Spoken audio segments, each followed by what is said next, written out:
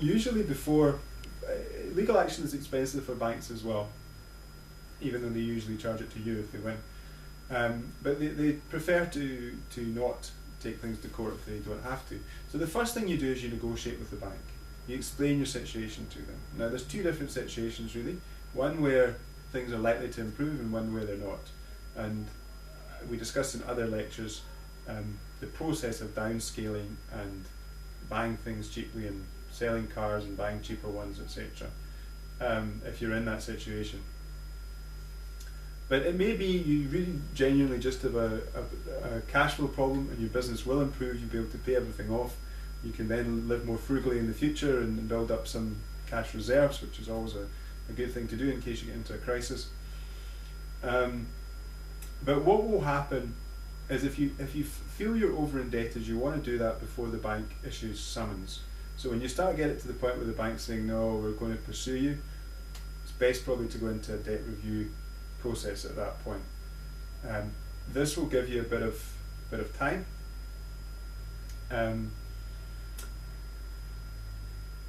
During which you can sell your house. So there's a whole lot of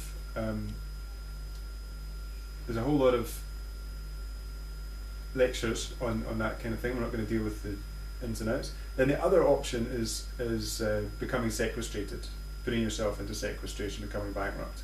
And again, we've got a whole lot of lectures on that, so that once you've listened to them, you can get an idea about what to do.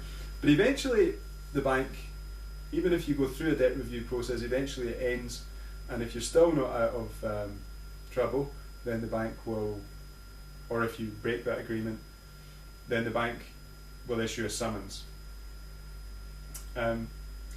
Sometimes there's two different ways to bring an application in court. There's the action procedure and there's the application procedure. The summons procedure, the action is a summons procedure. Action and summons is the same thing. So then you get issued a summons and you have to go and argue eventually in court. With an application, they'll argue it in the papers. They say there's no evidence that we need to hear from witnesses here, so it happens much quicker. But even with the even with the action procedure, which involves a summons rather than a notice of motion and an affidavit on this side, they'll apply for summary judgment, so it can actually also happen quite quickly if you've got no defence. Now, it is much easier for me as a legal person to defend you at the summons or application stage than if they've already got a judgment against you.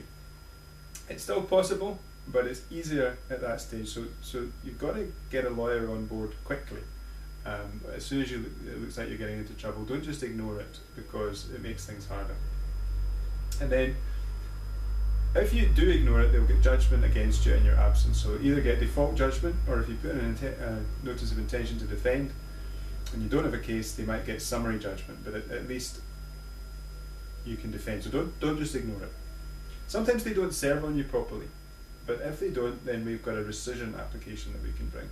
So after they've got a judgment against you, we can, especially if you've not defended it, we can then bring an application for rescission of that judgment. Now, rescission just basically means reversal. So we bring an application to reverse that judgment. Now, to bring an application for rescission, the fact that they haven't served you, which is often the case, so you didn't know about the judgment, you didn't know about the court case, is positive. You know, if they did serve you and you received it and you didn't go, that's worse. It's still arguable, but as well, at least in the High Court, as well as being, as well as you having not being served or there's some other technical problem, you've also got to have a defence. So if we don't have a defence for you, we can sometimes securitization defence. You've got that in other lectures. You've got the certification defence. But it's good if there's some reason why they've. We need to also bring some kind of reason why you have a defence, so that your case can be heard. So if they've got a judgment in default, it's easier to get a rescission. If we've actually had a trial where you've been there, you've defended it, and you've lost, then it's going to be hard to get a rescission. So then the next thing that happens is that and sometimes it can be a year later or more, they decide to come and start auctioning your property. Now, generally speaking, they have to auction your movables first, but if you allow them, they can skip the movables and move directly to your normal property. What you generally want to do at that stage, most people, they want a delay. They want to be able to sell their house because they realise that the bank's going to sell it, and the bank's probably going to sell it for a lot less than it's worth. So that is what you're trying to avoid. At this stage, you unless you can somehow pay back your arrears, the bank at this stage is not cooperating. They've decided, okay, we're going to auction this and get at least our money back, is what they're thinking. So at that stage, what a lot of people do is they go into sequestration. So we've got other lectures on that and that process. Maybe friendly sequestration, there's a lecture on that as well. And what that basically does is it means the bank can't auction your property at that time.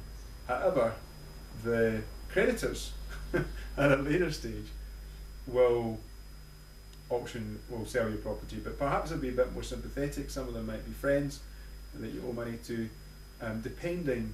If the bank's the only creditor, it's not going to help you much because they're going to then be the one that they're just going to auction your property the same as before. But if you've got a trustee that's sympathetic, then you might have more time to get a good price for your property, and so that might be a good strategy. And then at the end of the day, if you are sequestrated, hopefully at any point along this process, you might be able to get yourself out of debt by really scaling back your lifestyle and paying off the arrears. That's always possible. And of course, prevention is better than cure. Not getting into the problem to start with. If we can, there's lectures about how to avoid getting into debt and how to get out of debt before these kind of things happen. So that's the process. Thank you very much for listening.